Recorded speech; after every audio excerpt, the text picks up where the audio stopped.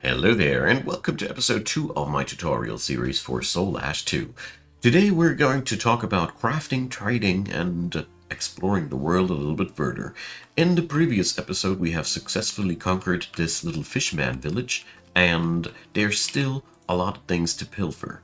So we're going to pick up all the stuff that we have here, and this is something that I want to, well, motivate you towards to. Looting these places clean is really one of the ways how to earn money, because money does play a big role in the world of Soulash. By the way, cooking stuff is very easy. I just failed to see that you can't click here. That clicky thing doesn't work currently while I'm recording this. You need to press U to cook at a fireplace, and then you can upgrade your food. Just like that. So, if we press left alt U, we put this on repeat. What I highly recommend to you if you don't want to go crazy.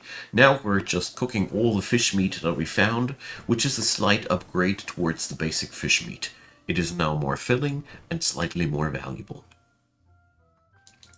So, there's bird bones lying in the fields. If we had a harvesting tool, we would be also able to just pick up the grains here, but we don't.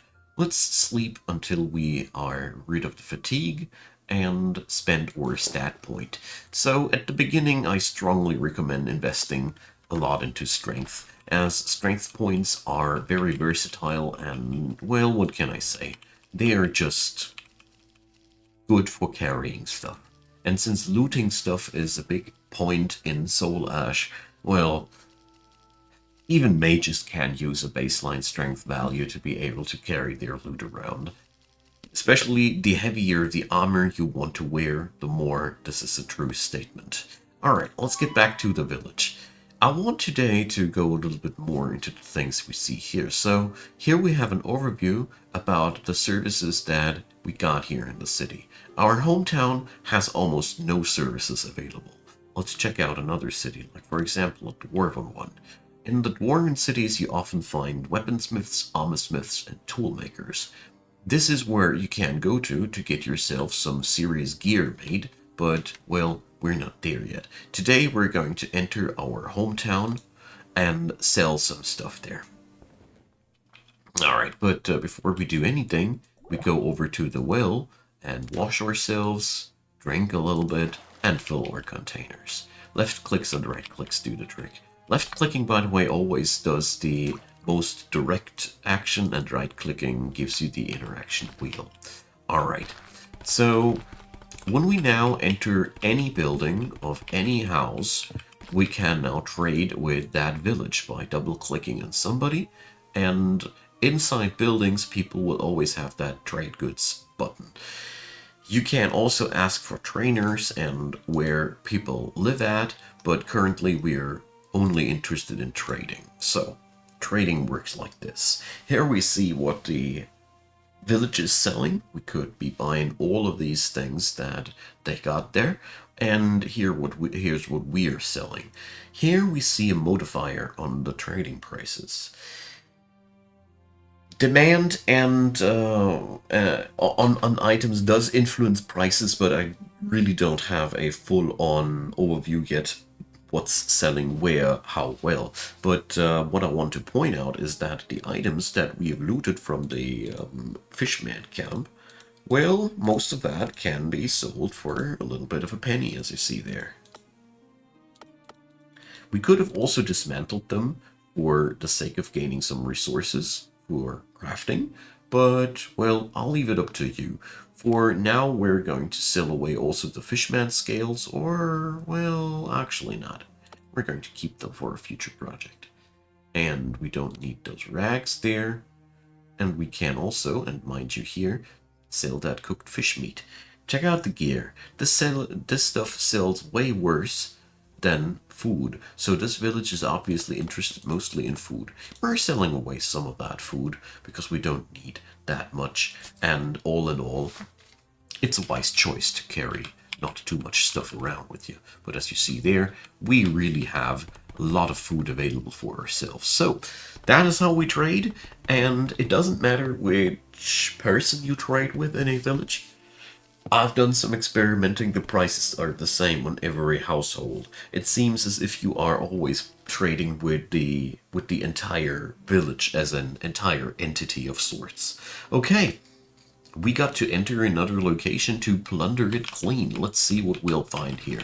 At the beginning, I strongly advise you to just stick with the easy locations.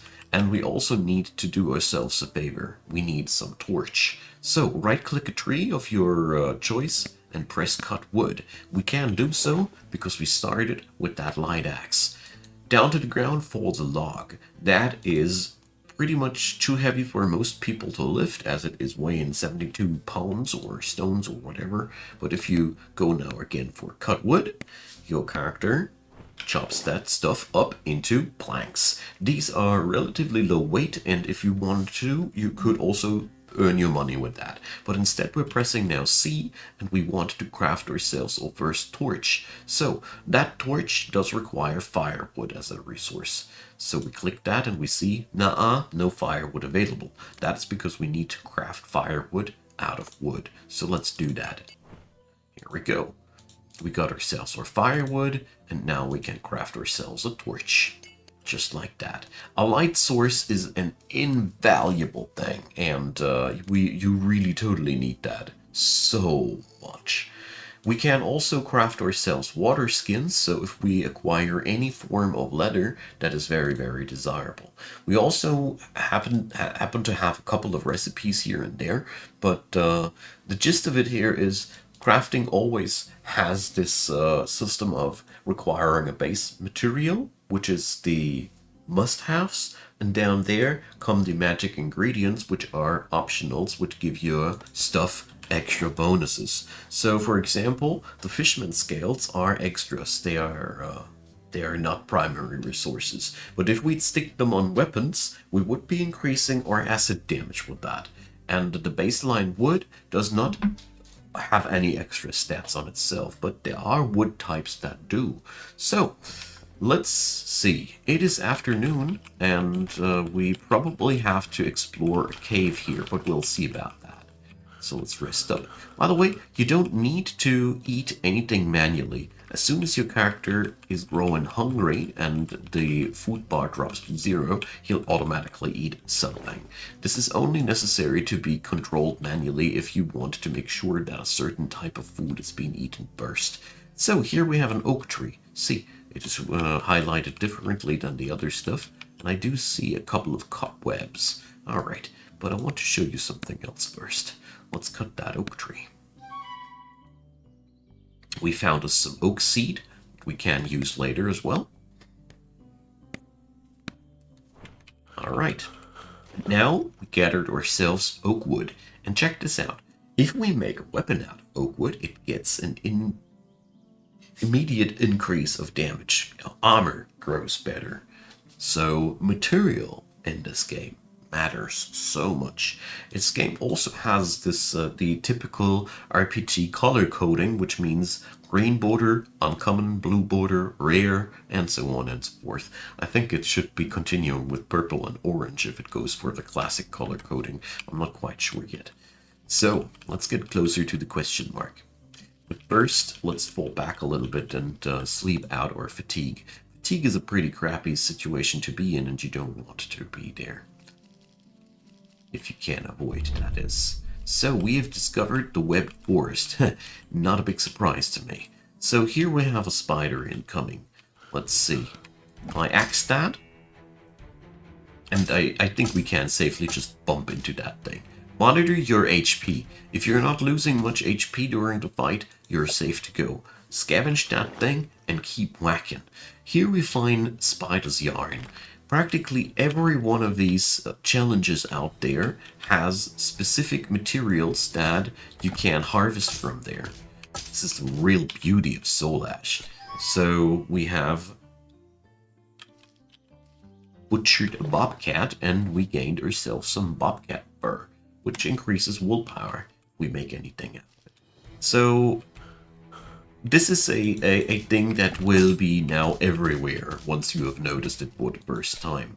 This game has lots of different materials, and every enemy, sooner or later, you will value for his alchemical or crafting components that they drop. And this is really something darn cool about this game.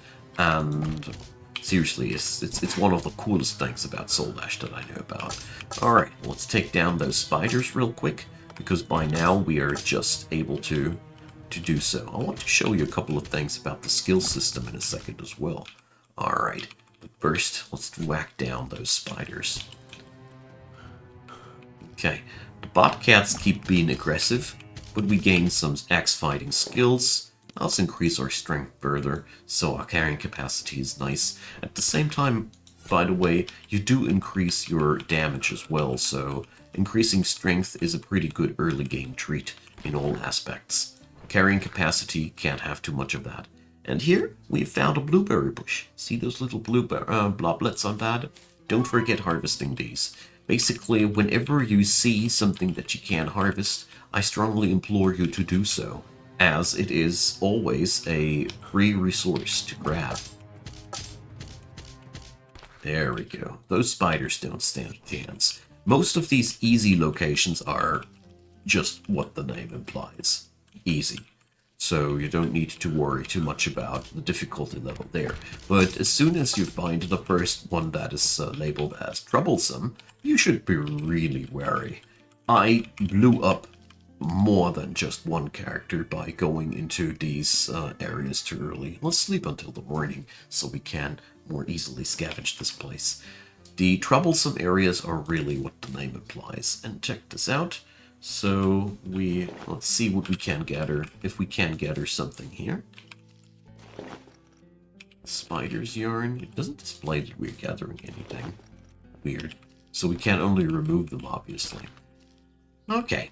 And here again, we gain a chest as reward. Star Wars theme does approve. And basically, whenever you find something which is looking a little bit out of the ordinary, pick it up. For example, here we found flower pollen. If anything, you can't sell that stuff. And believe me when I say you will need money for so many things. So let's get into the skill menu so I can show you why. Press V for skills. And you see now behind every skill 7 of 20, 0 of 10, 1 of 10, and so on and so forth. Each one of these skills has a limit how far you can train it. The ones that we've picked at the beginning of the game, we have a higher limit, and all of the others have a limit of 10 ranks. We can safely learn everything up until our cap. After that, we need to visit a trainer who's increasing our potential. So altogether, as you see here, we have a total limit of 360 potential points right now. This is depending on the age of our character. If we are growing into the middle age stage of our character, we will unlock extra potential points. But this means that you have to decide what you want to learn really, really good eventually. So for starters, it doesn't really matter, but the real big deal about it is as soon as you have hit that cap, you should really do something else. For example, once we have axe fighting on rank 20, it would be a very wise choice to pick up a different weapon as we gain lots of new stat points. This is one way how you can make a character a lot stronger. Many of these skills don't have any stat points attached to them whatsoever. As you see here, the smithing points, the armor smithing does have some hidden in between, but adventuring, well, at rank 21. Agriculture, none at all. So it really depends on the school that you are following. So here, carpentry, as you see, also does not happen to have any stat points. You should check it out for yourself. But it remains, you can learn everything as far as the cap goes without worrying. And if you want to exceed that, you need to visit a trainer and invest gold to increase the potential. But there is a maximum potential, so you can't learn everything on one character. unless there's a mod for that. I'm pretty sure there's a mod for that. But different topic. So that's how that pod works. But there is even more. We see here are unlocked abilities. That's the actives. That's passive abilities that we've unlocked. So we are sleeping faster. We are faster at woodcutting. I assume this comes from our axe fighting skill. Exactly. So due to our axe fighting skill, we got that. Due to our adventuring skill, we sleep faster. And we can find points of interest better. And there the list goes on. But if you click any of these actives, there's also an amplifier system. So the axe skill has 2 red amplifier slots. Currently we have only unlocked one green and one blue amplifier. So let's take our shield bash. Here we can now put in this amplifier, which makes the skill when I cast the skill, my strength will be 4 points higher than my actual strength. That's what this amplifier does. There's a lot of unlockable amplifiers behind every single combat school, and the best part about it is these can then be used for any skill. So if we unlock this skill from the mace fighting thing, we can then put that onto our shield skill, or whatever skill has a green slot. This skill system is pretty cool in this regard, and yeah, I really enjoy. Parry chance on that, and some strength increase on that. Although, for example, here I don't think that it is really doing anything, because this skill doesn't directly scale with strength as far as I can see. But this is your skill system in a nutshell. So this is also the reason why there is no such thing as too much money, because whatever you want to learn real good will cost you money eventually, and therefore better start now. So I'll leave it up to you. I personally can't pass by any of these bushes anymore, and if I find special trees, I also can't recommend chopping them. Every biome and every map has a certain chance of spawning all manner of interesting things, and this is where a lot of the fun of the game comes from for me personally. So let's enter our hometown again, refresh our water supplies. Let's see, do we have found anything that we can craft with? Sadly not. Alright, but let's do our business and gain some money. So here I want to show ask for training. So for example, this guy could teach me +1 potential for 60 gold on hunting. And this gives you an idea how much per point. We pay that per point. And this is a cheap skill. This is a dirty cheap skill. So let's see. They are selling linen, which is a real good buy, although it is quite costly. We can make bandages out of linen. So here are a couple of interesting things to note. This city pays much better for raspberry than for strawberry. And if you ask me by now, this is a completely random bias, how people are paying for their stuff. But our first goal of interest would be to get past 100 gold. That is the most interesting and important thing. Because 100 gold is what it takes to claim a piece of land for yourself and be your own lord, and be your own building master, and start your own legacy and legend. This is where, for me personally, the game goes places, because we're now going to go and claim ourselves a bit of land. Of course, you can select whatever you want. The pilfered locations that you have conquered make an excellent choice of claiming your land. So for example, let's see what we're finding here. I personally am always looking for places that have a water supply. That is personally for me my biggest my biggest go-to thing. But when you conquer more valuable sites, these also happen to have more valuable workbenches, for example. So more advanced locations that you pilfer might happen to have a better something like an anvil or a workbench already installed, so you could save yourself from the trouble of making that. And here we just found yet another fisherman village. But doesn't matter that much. I'm personally always positive in taking down these guys, as You saw we can use everything, and pilfering outside areas is a excellent source of experience for your character, especially when you want to learn new weapon skills. So, for example, we could now easily say, pick up that spear and start slaughtering them dudes with that. Of course, we cannot use the axe skill now anymore, obviously. But we will now start allocating both arm fighting skills.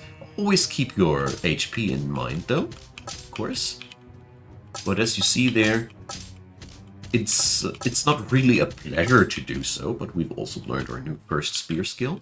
But you will get them eventually did. Especially these easy level encounters are all so easy that you can basically conquer them with pretty much any gear. You just need to be wary if you get swarmed or anything. You should fall back and regenerate a little bit. But apart from that, most of these easy locations don't have anything on you, and you can easily clear them with basically a spoon and a knife, so to speak.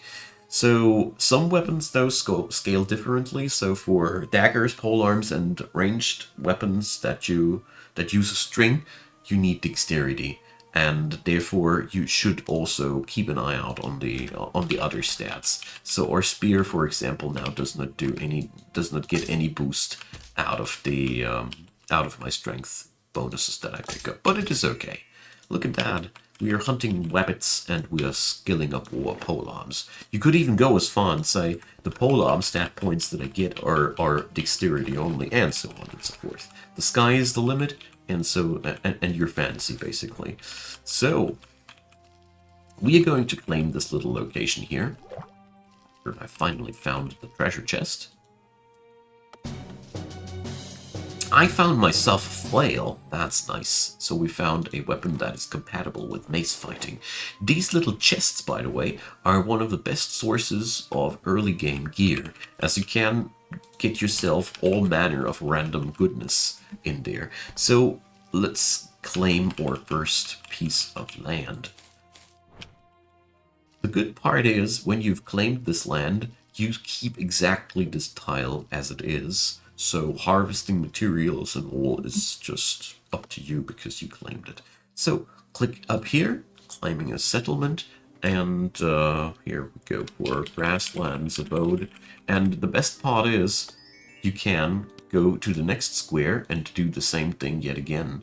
So you can have several of these wherever you want to. You can also abandon the settlement, and now that we've claimed that, we can now build here. So the building menu allows you to construct stuff. We've gained 1 point of construction for building for establishing the settlement, but we're going to build up a stash now. There we go. See, we learned 1 more point of construction, and now we've unlocked a couple of new environmental things that we can work with, but nothing that we need too badly right now.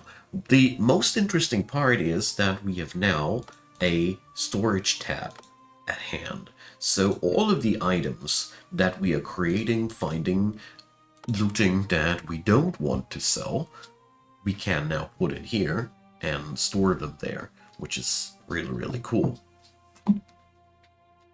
So we can now, for example, store that flail here for later use or whatever might be on your mind. We will expand on this place here later. For starters, this stash is all we need because now we have a place where we can dump our loot at. For further constructions, we will need a lot more resources. So we'll start with stone. We cannot build currently with wood, as it seems, but we don't own any stone, and stone cannot be gathered by hand most of the time. One of the things that we want to, that I want to look for now is a piece of flint. These often lie around somewhere. They allow you making a campfire, which can be also pretty amazing, because you can then go for cooking. Here, sometimes you find a piece of firewood also just lying around, and we have found ourselves a grove of maple trees. So, yeah, now you have reached the point where you can just claim that stuff. I know that in the future of Soulash, you will also be able to just build a city just like the other cities out there, but as far as I know currently, it ain't possible yet. Correct me where I stand wrong. So our biggest issue right now with this tile is that we don't have any water. But look at this. There is a hole in the ground. Let's check it out.